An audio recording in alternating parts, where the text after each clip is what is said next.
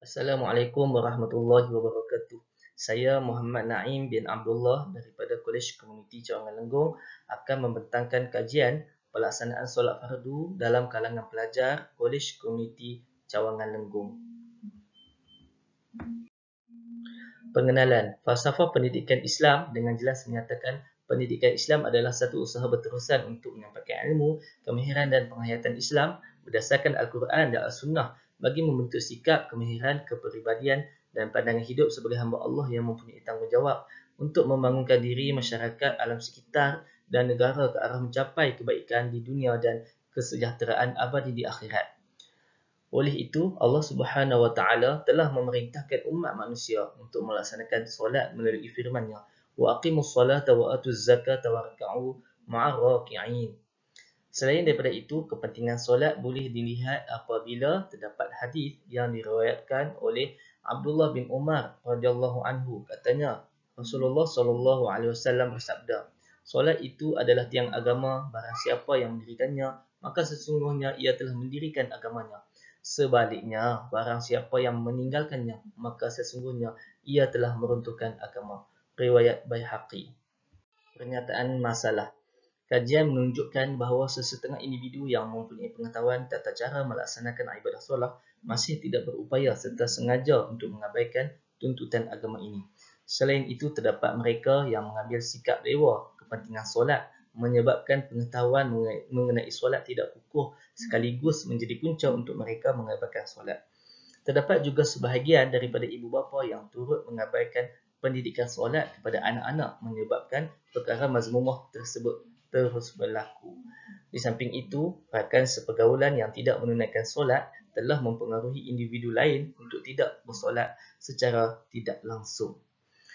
Pemerhatian di Surau Kolej Komuniti Cawangan Lenggong pula ketika waktu solat zuhur dan asar menunjukkan kehadiran pelajar Muslim, terutamanya perempuan, agak kurang.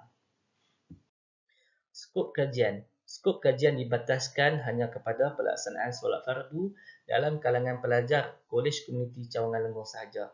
Di samping itu, hanya 39 orang pelajar Muslim sijil pengembaraan pelancongan di Kolej Komuniti Cawangan Lenggong yang menjadi skop kajian. Seterusnya, borang soal sidik yang digunakan berfokus kepada pelaksanaan solat 5 waktu, faktor-faktor pelajar tidak solat dan faktor-faktor mendorong pelajar menunaikan solat. Objektif kajian yang pertama adalah untuk mengenal pasti tahap pelaksanaan solat fardu dalam kalangan pelajar Kolej Komuniti Cawangan Lenggong. Yang kedua adalah untuk mengenal pasti faktor-faktor yang menyebabkan pelajar tidak bersolat. Yang seterusnya, yang ketiga adalah untuk mengenal pasti faktor-faktor yang mendorong pelajar untuk menunaikan solat. Persoalan kajian yang pertama, apakah tahap pelaksanaan solat fardu dalam kalangan pelajar Kolej Komuniti Cawangan Lenggong? Yang kedua, apakah faktor-faktor yang menyebabkan pelajar tidak bersolat? Yang ketiga adalah, apakah faktor-faktor yang mendorong pelajar menunaikan solat? Tinjauan literatur. Kajian dijalankan Sharifah Nur menunjukkan bahawa masalah pengabaian solat berlaku dalam masyarakat tanpa mengira faktor usia. Terdapat golongan remaja dengan sengaja turut mengabaikan tuntutan ibadah ini mengikut kajian daripada Rosmaziah binti Abdul Qadir. Selain itu, dapatan kajian daripada Nur Safra di Kolej Komuniti Jelebu menunjukkan bahawa 100% responden daripada kajian yang dijalankan iaitu seramai 31 orang dengan sengaja telah meninggalkan solat disebabkan sikap yang malas.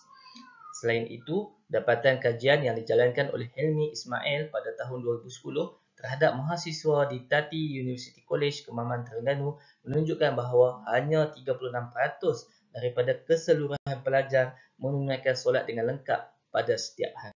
Metodologi kajian adalah menggunakan tinjauan dengan memberikan borang soal sidik. Borang soal sidik terbahagi kepada dua bahagian. Bahagian pertama, soalan yang berkaitan dengan maklumat peribadi dan latar belakang responden seperti jantina dan umur responden. Bahagian kedua pula terbahagi kepada tiga bahagian dengan jumlah soalan adalah 24 item soal sidik. Pelaksanaan solat fardu 8 soalan, faktor-faktor pelajar tidak solat 8 soalan, faktor-faktor mendorong pelajar menunaikan solat 8 soalan. Item soal sidik ini diukur dengan menggunakan skala Likert. Jumlah responden ialah seramai 39 orang pelajar beragama Islam. Data-data yang diperolehi daripada borang soal sidik dianalisis menggunakan SPSS versi 23.0. Dapatan kajian, analisis demografik. 34 responden adalah perempuan mewakili 87.2%, 5 responden adalah lelaki mewakili 12.8%, 12 responden berumur 18 tahun mewakili 30.8%, 17 responden berumur 19 tahun bersamaan 43.6%, 7 responden berumur 20 tahun mewakili 17.9%, 1 orang berumur 21 tahun iaitu 2.6%, manakala 2 orang responden berumur 22 tahun iaitu 5.1%. 12 responden adalah pelajar semester 1 mewakili 30.8%, 6 responden merupakan pelajar semester 2 15.4%, manakala 18 responden merupakan pelajar semester 3 46.2%, dan akhir sekali 3 orang responden merupakan pelajar semester 4 iaitu 7.7%. Analisis deskriptif pelaksanaan solat fardu. Secara keseluruhannya, semua item dalam konstruk ini mendapat min yang rendah. Item saya tidak menunaikan solat pada awal waktu mendapat skor min paling tinggi dengan 2.41 dan sisihan piawai 1.069. Dan item saya tidak menunaikan solat langsung pula mendapat skor min paling rendah iaitu 1.33 dan sisihan piawai 0.577. Secara puratanya, responden tidak bersetuju dengan pernyataan dalam konstruk pelaksanaan solat fardu dengan skor min 1.960 dan sisihan piawai 0.930. Faktor-faktor pelajar tidak solat. Kesemua item dalam konstruk ini mendapat skor min yang rendah. Item kawan-kawan saya juga tidak solat mendapat skor min paling tinggi dengan 1.92 dan sisihan piawai 1.061.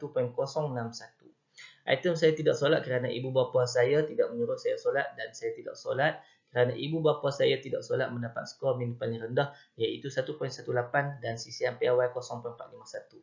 Responden tidak bersetuju dengan pernyataan dalam konstruk faktor-faktor pelajar tidak solat dengan skor min 1.500 dan sisihan piawai 0.740. Faktor-faktor mendorong pelajar menunaikan solat. Secara keseluruhannya, kesemua item dalam konstruk ini mendapat skor min yang tinggi. Item ibu bapa saya selalu mengingatkan saya untuk solat mendapat skor min paling tinggi iaitu 4.77 dan sisihan piawai 0.485. Dan item kebanyakan kawan-kawan saya solat mendapat skor paling rendah iaitu 4.13 dan sisihan piawai 0.767.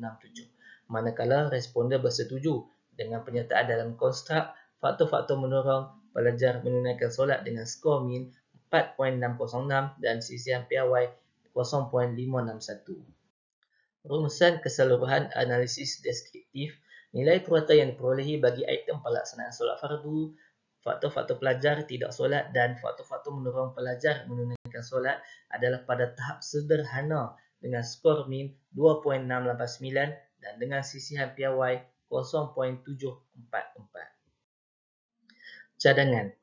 Kajian berterusan pada masa hadapan. Kajian secara berterusan perlu dijalankan untuk mendapatkan hasil dapatan yang sewajarnya daripada responden yang berlainan untuk mengetahui lagi masalah-masalah berkaitan pelaksanaan solat dalam kalangan pelajar dan perancangan aktiviti yang bersesuaian perlu dilaksanakan oleh pihak Kolej Komuniti Cawangan Lengkung. Cadangan kepada pihak pengurusan. Terdapat beberapa cadangan yang bersesuaian hasil dapatan daripada kajian ini. Yang pertama adalah memperbanyakkan aktiviti dan program yang berkaitan dengan pelaksanaan solat fardu. Seterusnya, menitik beratkan pelaksanaan solat fardu dalam setiap program atau aktiviti pelajar. Melaksanakan solat fardu secara berjemaah di surau pada hari kuliah untuk solat zuhur dan asar bagi menggalakkan pelaksanaan solat fardu.